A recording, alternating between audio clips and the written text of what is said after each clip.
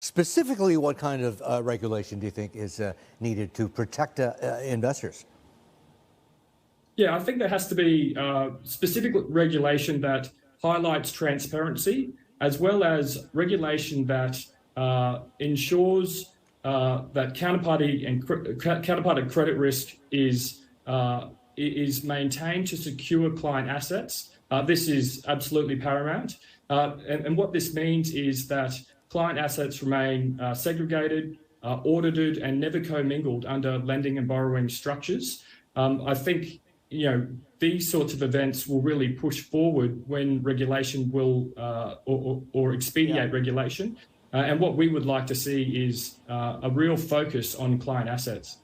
Yeah, I couldn't agree more. And John, I mean, in other industries, this kind of stuff, that kind of regulation you're talking about is pretty standard and bread and butter, right? But in the absence of it in cryptos, this deal falling apart, what is it going to do for trust and the way that people do or do not trust cryptos? You mentioned that crypto is a high beta risk asset, which kind of puts it very neutrally and diplomatically. But, essentially, there's huge two-way risk, right?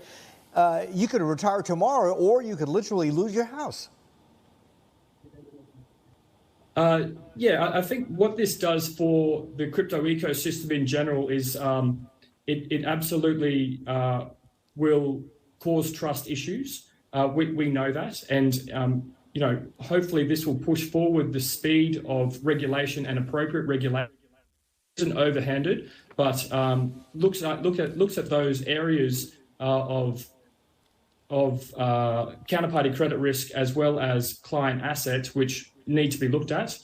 This will take some time for the cryptocurrency market to work through, there's no doubt. But what I can say is that FTX have certainly been a pioneer of moving intellectual capital as well as product initiative through to the cryptocurrency ecosystem, and this will be a big loss for cryptocurrency development in general. It will take time for trust to be reinstated from the public, and I think the washout will take some time.